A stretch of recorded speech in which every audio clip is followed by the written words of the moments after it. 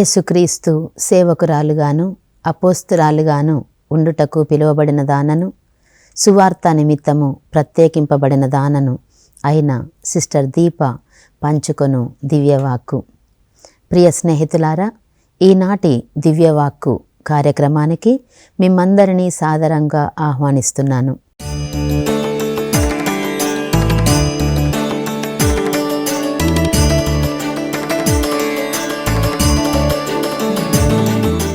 ఈరోజు మన దివ్యవాక్కు ధ్యానాంశము నా దాహం నీవే, నాకు దాహమగుచున్నది అని యేసుక్రీస్తు ప్రభువు శిలువపై ఉండి పలికిన 5వ మాటను ధ్యానించుకుందాం. ప్రార్థన చేసుకుందాం. పరిశుద్ధుడా, పరమోన్నతుడా, నిత్యుడవైన మా ప్రభువా, నీ పవిత్ర పాదాలను ముద్దిడుచున్నాము తండ్రి. మా కొరకు సిలువలో బలి అయిన ప్రభువా, చివరి రక్తపు బొట్టు వరకు కూడా తండ్రి, మా రక్షణయే ధ్యేయంగా నీవు ప్రభు నీ జీవితాన్ని మా కోసం త్యాగం చేసి ఉన్నావు ప్రభు. నీకు వేలాది వందనములు, స్తుతి స్తోత్రములు ప్రభువా. ఇదిగో తండ్రి, ఈరోజు మేము నీవు శిలువపై పలికిన మాటను ధ్యానించుకొనుచుండగా నీ పవిత్రాత్మ నడిపింపును మాకు దయచేయండి ప్రభువా. తండ్రి, ప్రతి ఒక్కరి దగ్గర ప్రభు నీవు అడుగుచున్నావు, నాకు దాహమగుచున్నది అని. నీ దాహం ఏంటి, మేము చేయాల్సింది ఏమిటి అని ప్రభు మాతో మాట్లాడండి ప్రభు. సకల దురాత్మ అంధకార శక్తుల నుండి విడుదలను దయచేయండి తండ్రి. ఇదిగో ప్రభువా, వాక్యమును బోధిస్తున్న మమ్ములను, వింటున్న బిడ్డలను దీవించి ఆశీర్వదించండి.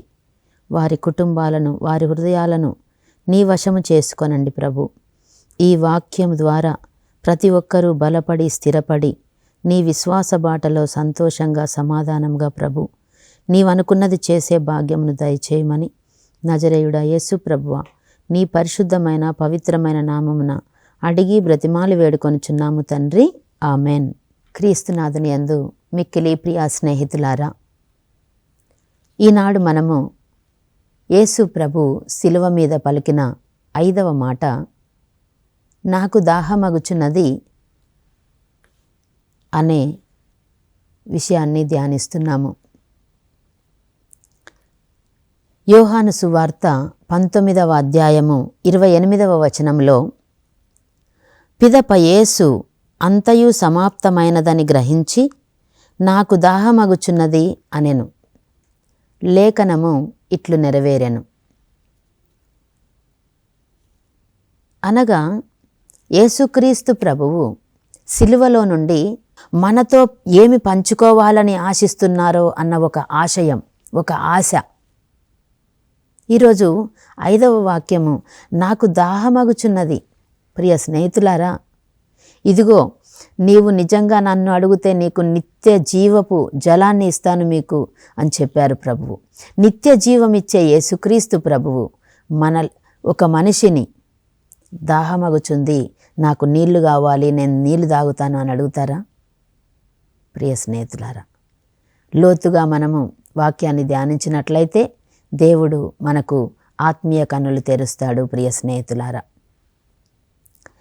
దాహముతో ఉన్నానయ్యా, నా హృదయము తెరిచానయ్యా, దాహముతో ఉన్నానయ్యా, నా హృదయము తెరిచానయ్యా, రావయ్యా నా యేసయ్యా, రావయ్యా నా యేసయ్యా, నింపుము నాలో నీ ఆత్మను, నింపుము నాలో నీ ఆత్మను, దాహముతో ఉన్నానయ్యా, నా హృదయము తెరిచానయ్యా.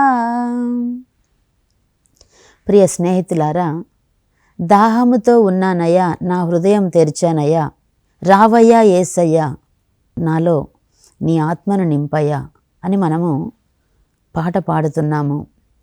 పలు విధాల ప్రయత్నం చేస్తూ ఉన్నాము, నా దాహం తీర్చయ్యా అని. ప్రియ స్నేహితులారా, ఈరోజు ధ్యానం చేద్దాం.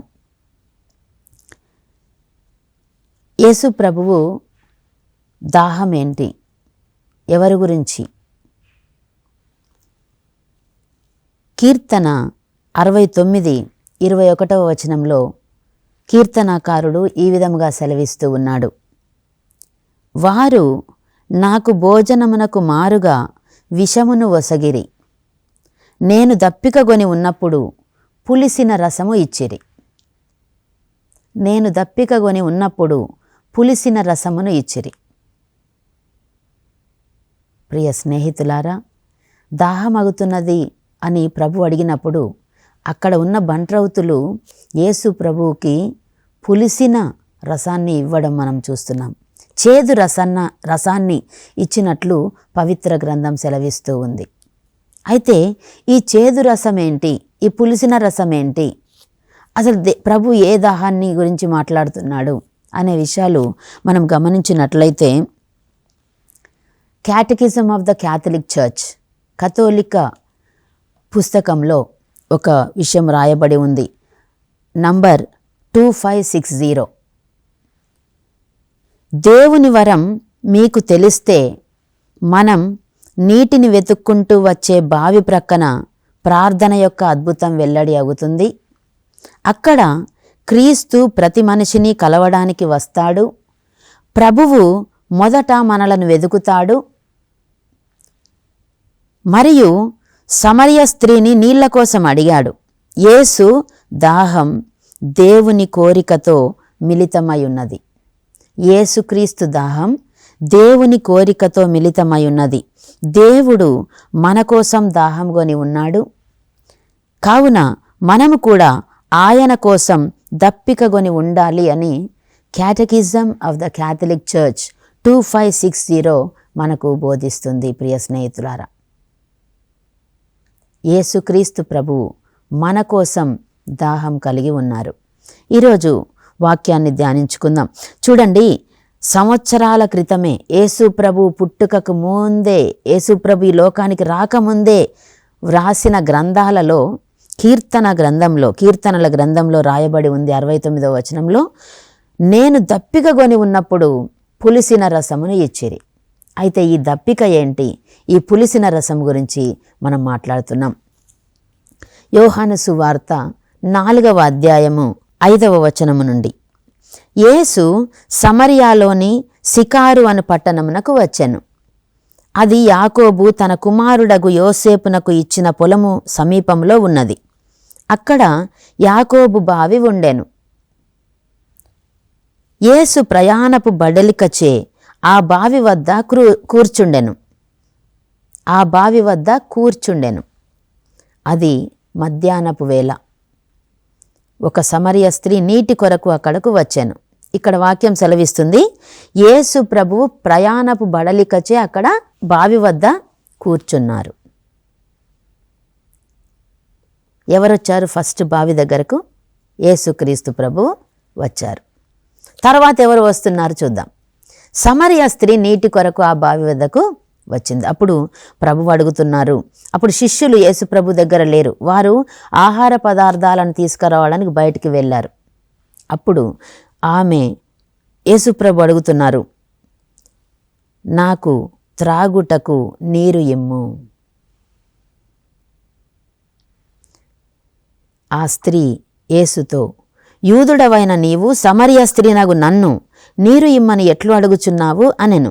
ఏలయన యూదులకు సమరయులతో ఎట్టి పొత్తును లేదు. యూదులు సమరయులు మామూలుగా వాళ్ళకి మాట్లాడుకోరు, ఎక్కువగా వాళ్ళకి సత్సంబంధాలు అనేవి లేవు.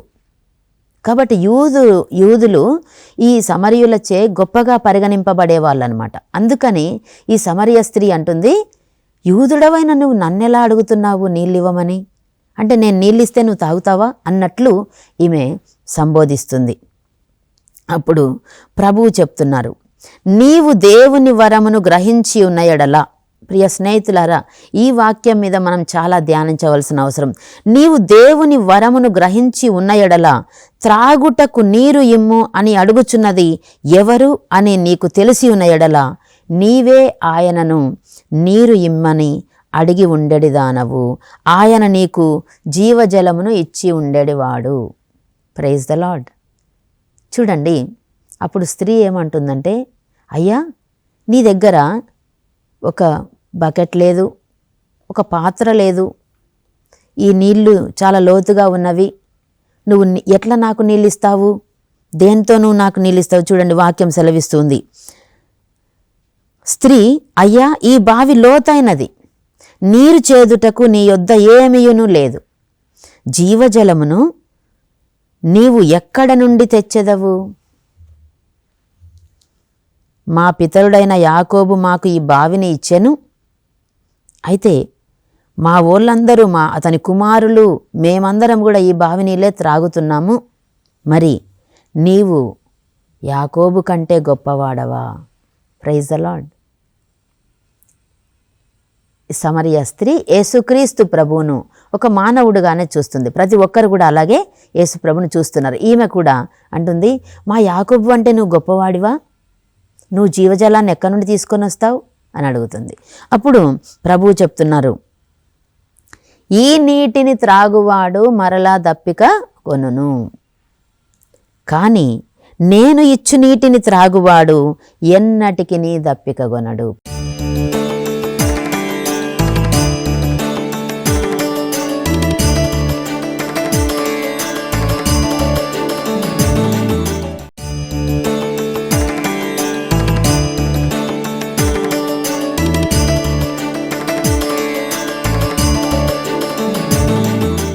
నేను ఇచ్చు నీరు వాని యందు నిత్య జీవమునకై ఊరడి నీటి బుగ్గగా ఉండును. నిత్య జీవమునకై ఊరడి నీటి బుగ్గ. ఆ నీటి బుగ్గలో నీళ్ళు అసలు తగ్గిపోవు. ఎప్పుడు ఆ నిత్య జీవమునకై ఊరడి నీటి బుగ్గగా ఉంటుంది వాళ్ళ జీవితం. ఎందుకంటే ఆ యొక్క దాహం అనేది అలా ఉంటుంది, ఆ నీరు అనేది అలా ఉంటుంది. అలాగే ఇప్పుడు ఈరోజు మనం చూస్తాం, ఇక్కడ చూస్తే మదర్ తెరెసా గారు తన జీవితంలో చెప్తున్నారు, మీరు దివ్య సప్రసాదం ముందు కూర్చొని ఏ శోధన లేకుండా, ఏ వేదన లేకుండా, ఏ కలత లేకుండా నిశ్చింతగా అలా దివ్య సప్రసాదం ముందు కూర్చొని మీ పేరు ఒక్కటే మీకు వినపడాలి. అయితే నాకు దాహమగుచున్నది అని మీరు ఆ విషయాన్ని ధ్యానిస్తే మన దాహం ఏమిటి అనే విషయాన్ని గురించి మదర్ తెరెసా చెప్తూ ఉన్నారు. ప్రియ స్నేహితులారా, మదర్ తెరెసా చెప్తూ ఉన్నారు, నేను పవిత్రత కొరకు దాహముగొని ఉన్నానా, నేను పేదరికం కొరకు దాహముగొని ఉన్నానా, నేను విధేయత కొరకు దాహముగొని ఉన్నానా, నేను పరిపూర్ణ హృదయపూర్వకమైన ప్రేమ కోసం దాహముగొని ఉన్నానా, లేక సంపూర్ణ సమర్పణ కోసం దాహముగొని ఉన్నానా? తను చెప్తున్నారు, ఈ విషయాన్ని మనం లోతైన ధ్యానపూర్వకమైన ఉద్దేశంతో మనం ధ్యానించినట్లయితే మనము మన జీవితాలలో ఖచ్చితంగా దేవుడు మన నుండి ఏ దాహం గురించి మాట్లాడుతున్నాడో మనం కనుక్కుంటామని మదర్ తెరెసా చెప్తుంది. దేవుడు యేసుక్రీస్తు ప్రభువు మన నుండి కోరుకునే ఒక దాహం ఏంటంటే, ఆయనకి ఏం దాహం అవుతుందంటే మన సంపూర్ణ సమర్పణ. Praise the lord. మన సంపూర్ణ సమర్పణ. ప్రియ స్నేహితులారా, అదేం సమర్పణ చూద్దాం. ఈరోజు మనము సమరయ స్త్రీ చూడండి, యేసు ప్రభు బావి దగ్గరకు వచ్చాడు. ఆయనకు తెలుసు ముందుగానే ఎవరిని, ఒక వ్యక్తిని ఆయన ఎన్నుకున్నప్పుడు ఏమి జరుగుతుందనేది. ఎవరిని ఎన్నుకుంటున్నాడు? ఒక పాపములో ఉన్న స్త్రీని ఎన్నుకుంటున్నాడు. ఆమెతో చెప్తున్నాడు ప్రభువు. చూడండి, మనము యోహాను సువార్త 4వ అధ్యాయము 16వ వచనంలో, అంటే 15వ వచనంలో ఆ స్త్రీ చెప్తుంది, అయ్యా ఇంకా ఎప్పుడు ఈ బావి దగ్గరికి రాకుండా ఉండడానికి, ఇక్కడ ఇంకా నేను రాకూడదు ఇక్కడికి, అలాంటి జీవజాలాన్ని నాకు ఇచ్చేసేయండి, ఇంకా నేను ఇంటి దగ్గరే ఉంటాను, ఎప్పటికీ ఇంకా ఈ బావి దగ్గరికి రాకుండా ఉండడానికి, ఎప్పుడు దప్పిక కొనకుండా ఉండడానికి, ప్రైజ్ ది లార్డ్, ఎప్పుడు దప్పిక కొనకుండా ఉండడానికి నాకు ఆ జీవజలాన్ని ఇచ్చేసే ఇంక నేను వెళ్ళిపోతాను. అప్పుడు ప్రభు ఏమంటున్నారు, వెళ్ళి నీ భర్తను పిలుచుకొనిరా. ప్రియ స్నేహితులారా, నీ జీవితము నా జీవితము ప్రభువునకు ఒక అద్దము లాంటిది. మనం అడుగుచున్నది ఏందో అని మనం ఆలోచన చేయవలసి ఉన్నది. ప్రభువు ఆమెతో చెప్తున్నా, నీ భర్తని తీసుకొనిరా అంటే ప్రభువు నాకు తెలియదా తన స్టోరీ, తన కథ? ఆమె చెప్తుంది, అయ్యో నాకు భర్త లేడండి. ప్రభు చెప్తున్నారు, అవునమ్మా, నీవు యథార్థాన్ని మాట్లాడావు, నువ్వు యథార్థంగా నిజం చెప్పావు. ఎందుకంటే నీకు 5 భర్తలున్నారు, కానీ ఇప్పుడు నీతో ఉన్నవాడు నీ భర్త కాడు. అవును, నువ్వు నిజమే చెప్పావమ్మా. ప్రియ స్నేహితులారా, తన జీవితాన్ని ఒక వ్యక్తి తన ముందు పెట్టేసరికే, యేసుక్రీస్తు ప్రభు తన జీవితాన్ని తనకు చూపించేసరికే ఆమె నోట మాట రాకుండా ఉండిపోయింది. నీవు ప్రవక్తలాగా ఉన్నావు ప్రభువా, అసలు నువ్వెవరివి అని వాక్యంలో సెలవిస్తుంది 19వ వచనంలో. అయ్యా, నీవు ఒక ప్రవక్తవని నాకు తోచుచున్నది. ఎందుకంటే ఆ రోజుల్లో ప్రవక్తలు దేవునిచే ఎన్నుకొనబడిన వాళ్ళు ఒక వ్యక్తుల గురించి చెప్తారనమాట. అలాగే రాబోయే జీవితంలో ఏం జరుగుతుందో కూడా వాళ్ళు చెప్పేవాళ్ళు, ప్రవక్తలు ప్రవచించేవాళ్ళు. అలాగే ఏమి చెప్తుంది, ఇదిగో ఇంకా తను చెప్తుంది, ఇదిగో మేము ఈ పర్వతం మీద ఆరాధించాము ఇలా, కానీ మరి మీరు యెరూషలేములో దేవుణ్ణి ఆరాధిస్తానంటున్నారు అని కొన్ని అపోహలు, కొన్ని సందిగ్ధాలు ఆమె చెప్పినప్పుడు ప్రభువు చెప్తున్నారు 22వ వచనంలో, మీరు ఎరుగని వానిని మీరు ఆరాధింతురు, మేము ఎరిగిన వానిని మేము ఆరాధింతుము. ఏలయనా రక్షణ యూదుల నుండియే వచ్చును, కానీ నిజమైన ఆరాధకులు ఆత్మయందును సత్యమందును తండ్రిని ఆరాధించు సమయము ఇప్పుడు వచ్చి ఉన్నది. ప్రియ స్నేహితులారా, దేవుడు అనుకుంటూ ఆరాధిస్తున్నాం అనుకుంటూ ప్రార్థన చేస్తున్నాం అనుకుంటూ మనము ఎరుగని దానిని మనం, ప్రభు చెప్తున్నాను, మీరు ఎరుగని వానిని మీరు ఆరాధిస్తున్నారు. అంటే అసలు మీకు వాళ్ళు దేవుడా కాదా అని మీకు తెలియదు, కానీ మీరు ఆరాధిస్తున్నారు. కానీ మేమేం ఆరాధిస్తున్నాం అంటే యూదులు, ఇజ్రాయేలు ప్రజలు, ప్రభువు మాట్లాడే విషయం, మేమేం ఆరాధిస్తున్నాం అంటే తెలిసిన దేవుణ్ణి. నాకు మా అమ్మ నాన్న, ఇదిగమ్మ వీళ్ళే మీ అమ్మ నాన్న అని చెప్తే వాళ్ళతోటే నేను పెరుగుతాను, వాళ్ళే నా తల్లిదండ్రి అనుకుంటాను. తర్వాత కొన్ని రోజులు అయిన తర్వాత ఎవరైనా వచ్చి అమ్మ అసలు నీ తల్లిదండ్రులు వారు కాదు వేరే వాళ్ళు అంటే నేను ఒప్పుకోగలనా? ఒప్పుకోలేం. కాబట్టి ఇది ప్రియ స్నేహితులారా, తెలిసిన వానిని మనము ఆరాధించాల్సిన అవసరం ఉన్నది. రోమన్ కథోలిక వ్యవస్థలో ఒక చరిత్ర, యేసుక్రీస్తు ప్రభు నుండి, యెహోవా దేవుని నుండి, అనేక ప్రవక్తలు, అనేక దేవునిచే ఎన్నుకొనబడిన బిడ్డలు, తర్వాత యేసుక్రీస్తు, తర్వాత ఒక చరిత్ర అలా తీసుకొని రాబడుతుంది. ఆ చరిత్రలో ఈరోజు నీవు ఉన్నావు, నేను ఉన్నాను. ప్రియ స్నేహితులారా, అయితే ప్రభువు మన నుండి కోరేది ఏంటంటే, ఇక్కడ చూడండి వాక్యం సెలవిస్తూ ఉంది. యోహాను సువార్త 4వ అధ్యాయము 23వ వచనంలో, నిజముగా తండ్రి ఆశించున్నది ఎటువంటి ఆరాధకులనంటే 24వ వచనంలో, దేవుడు ఆత్మస్వరూపి కనుక ఆయనను ఆరాధించువారు ఆత్మయందును సత్యమునందును ఆరాధింపవలయును. ఆత్మయందును సత్యమునందును. సత్యమనగా ఏమి అని పిలాతు అడిగినప్పుడు యేసు ప్రభు ఏం చెప్పారండి? సమాధానమియ్యక నిశ్శబ్దముగా ఉన్నారు. ఎందుకనగా పిలాతు తర్వాత తెలుసుకున్నాడు, సత్యం అంటే ఏంటంటే యేసుక్రీస్తే సత్యము. ఎందుకనగా తన పరిచర్యలో ప్రభువు చెప్తున్నారు, నేనే మార్గమును సత్యమును జీవమును. జీవాన్ని ఇవ్వడానికి నేను వచ్చాను, సత్యాన్ని నేనే, జీవాన్ని నేనే, మార్గాన్ని కూడా నేనే.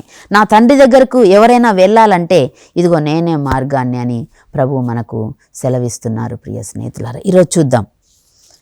ఒక స్త్రీని దేవుడు ఎన్నుకుంటున్నారు. తర్వాత స్త్రీ ఏం చేస్తుందంటే తన గ్రామానికి వెళ్తుంది.